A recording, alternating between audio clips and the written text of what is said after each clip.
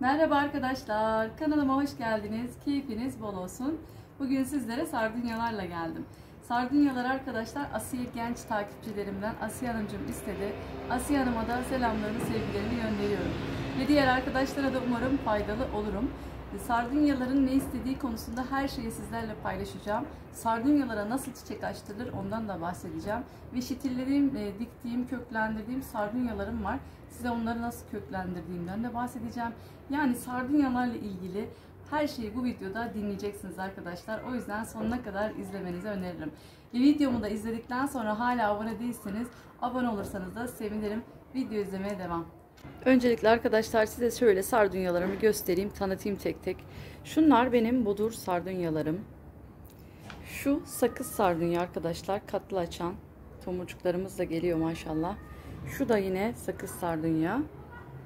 Şuradakiler de bodur sardunya. Şuradaki ceylan gözü sardunya. Şunlar da arkadaşlar ebe gümeci sardunya dedikleri boylu sardunya. Yani sardunyalar da aslında cinsler. Bakın bunlar ne kadar boylu. Şunlar bodur sardunyalarım. Bunlar çok büyümez ama bunlar bahçelerde bayağı bir ağaç olurlar. Çok güzel gelişirler. Evet, benim sardunyaları gösterdim. Bunlar benim sardunyaların daha yarısı. Yarısı da raflarda. Onları da videonun ilerleyen kısımlarında göstereceğim. Size önce konumuyla başlayacağım arkadaşlar. Bunları nasıl konumlandırıyoruz? Sardunyalar gel geç de olsa güneş ister. Çok yakıcı güneşten uzak tutuyoruz. Gel geç güneş almasını ama sağlıyoruz. Gel geç güneş dediğim nedir? Sabah güneşi olabilir 20-30 dakika, doğuş güneşi ve batış güneşi olabilir 20-30 dakika. Yani bir sabah bir de akşam gel geç güneş aldırabilirsiniz. Evinizin yönü bu şekildeyse böyle yapmanız lazım. Yazın çok yakıcı sıcaklarda direkt güneşe, yakıcı güneşe maruz bırakmayın. Çiçeklerinizi mahvedersiniz. O yüzden ne yapıyoruz? Gel geç güneş alacağı bir yere konumlandırıyoruz. Bir de arkadaşlar kışın eksi 10 dereceye kadar dayanıyorlar. Ama eğer eksi 10 dereceden daha sert bir kışınız varsa mutlaka korumaya almanız gerekiyor. Ben bu sene almadım. Gaziantep'teydim. Korumam yeterli gelmediği için 5-6 saksı sardunyamı kaybettim. Çünkü eksi 17 derecelere kadar düşmüştü bizim iklim. Tabi sizin iklimde o kadar çok yoğun bir soğuk yoksa balkonda, terasta bir şekilde koruyarak büyütebilirsiniz. Yoksa da kapalı balkonlarınıza kış uykusuna yatıracaksınız. İçeriye alacaksınız. Pencereyi arada bir havalandıracaksınız. Güneş almasını yine sağlayacaksınız. Çok yakıcı olmamak kaydıyla. Kışı da öyle atlatacak ama tekrar pencerelerinizi açacaksınız ya da sonra balkonunuza, terasınıza gel geç güneş alacağı yere konumlandırıyorsunuz. Konumu bu şekilde. Gelelim sulamasına arkadaşlar. Sulamada toprağını kontrol etmeden yapmıyoruz. Neden? Çünkü çok fazla aşırı sulanma yapıldığında şu köklerde siyahlaşmalar olur. Fark edersiniz zaten, bilin ki o kökte sorun yaşadığı içindir. O yüzden sardunyalar suyu sever diye sürekli sulamayın. Günlük bakın, ihtiyacı varsa toprağa nemini kaybetmişse her tarafına değecek şekilde sulamasını gerçekleştirin. Çünkü aşırı suladığınızda arkadaşlar bir de sardunyalar çiçek açmaz söyleyeyim. O yüzden toprağı kurumadan sulama yapmıyoruz. Fazla suladığınızda kökte sorun yaşamasa dahi sadece yaprak verir. Bu defa çiçeklenmesi durmaya başlar. O yüzden biraz suya hasret bırakacağız. Tabi kurutmayacağız da. Kontrol edeceğiz. İyice kurumuşsa, toprağı çatır diyorsa her tarafına değecek şekilde sulamasını gerçekleştiriyoruz. Gelelim toprağına arkadaşlar. Sardunyalar bahçe toprağından çok hoşlanıyor. Bakın göstereyim size. Ben normalde topraklarımı zaten karışımını yaparken bazı bitkilere torfu yoğun kullanırım. Bazı bitkilere bahçe toprağını. Sardunyalarıma bahçe toprağını yoğun kullanıyorum. Bahçe toprağından daha çok hoşlanıyorlar. Daha güzel gelişiyorlar. O yüzden toprağını arkadaşlar bahçe toprağı yoğun. Birazcık yumuşaklık için torf kullanabilirsiniz. İçine ama kesinlikle koyun gübresi öneriyorum. Gübre çok sağlıklı geliyor. Çok seviyorlar koyun gübresini. Çiçeklenmesi için de fayda sağlıyor. Sağlıklı bir şekilde gelişimini tamamlamasını sağlıyor. Yani birazcık bahçe toprağına birazcık torf karıştırıp biraz koyun gübresi takviyesi yapıp çok güzel bir vitaminli toprak elde ederek sardunyalarımızı dikiyoruz arkadaşlar. Gelelim çoğaltılmasına arkadaşlar. Bunlar zaten benim üretimim olan sardunyalarım. Şunlar da yine aynı şekilde kendi üretimim. Toplu bir şekilde dikmiştim arkadaşlar. Bunların videosu olması lazım. Kartlara bırakırım yine size. Şöyle göstereyim. Direkt daldan direkt diktim. Suda bekletmeden direkt dikimle gerçekleştirdim ama bunların zamanı önemli aslında. Ne zaman diktim derseniz Eylül ayıydı. Serinlik geldiğinde böyle bahçe topraklı, torf topraklı, gübreli karışıma direkt dikerek üretimlerini gerçekleştirdim. Ne kadar bir mesafeden şöyle de göstereyim. Şu dalı şuradan kesiyorsunuz arkadaşlar. Şuraya kadar. Yani şöyle bir mesafede şu boğumlar toprakla buluşacak şekilde direkt dikimini gerçekleştiriyoruz ve böyle sardunyalarımız oluyor. Yine çoğaltımını yapıyoruz. Şunu da bu sene dikmiştim arkadaşlar, şunlarla birlikte. Bu da maşallah tuttu, bu sene de çiçeklenmeye başladı. Evet, üretimi de çoğaltımı da bu şekilde. Suda bekletmenize gerek yok. Eylül-Ekim ayında budamını yaptığınız dalları direkt toprakla buluşturarak dikebilirsiniz. Dışarıda bulunduracaksanız ılıman iklime sahipseniz bulundurun. Soğuk bir iklimdeyseniz içeride yine havalı bir yerde, ışık alan bir yerde bulundurabilirsiniz. Toprak kurudukça da suluyorsunuz ve köklenmeye başlıyorlar. Çoğaltımı da bu şekilde. Arkadaşlar, konumundan, sulamasından, toprağından bahsettim. Buraya kadar her şeyi tam uyguluyorsanız sorun yok. Ama bir de bundan sonrası var. Ondan da bahsedeceğim. Şimdi size toprağını bahsetmiştim az önce, gübre kullanıyorum diye. Tabii koyun gübresi harici arkadaşlar bir de 20-20-20 NPK granül gübre kullanıyorum.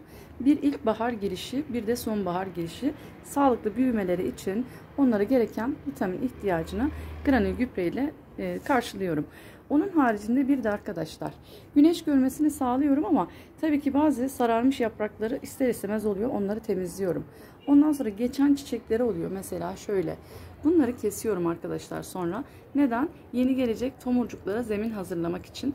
Onları kestikçe de yeni tomurcuklarımız açmaya devam ediyor. Onu da yapacağız. Yani çiçeğimizi açtı geçti öyle bırakalım olmuyor. Mesela şu çiçek geçtiğinde bunu da temizleyeceğim. Yeni gelen tomurcuklara fırsat vereceğim. Sararmış yaprakları da alıyorum. Çünkü sararmış bir yaprak diğerlerini de sarartabiliyor. Üzüm üzüme baka baka kararır misali, yaprak yaprağa baka baka sararıyor. Sararma konusuna da geleceğim. Neden sararır? Vitaminsizlikten sararır bir arkadaşlar genelde yaprakları. Bir de çok aşırı sulanmaktan sararma yapar.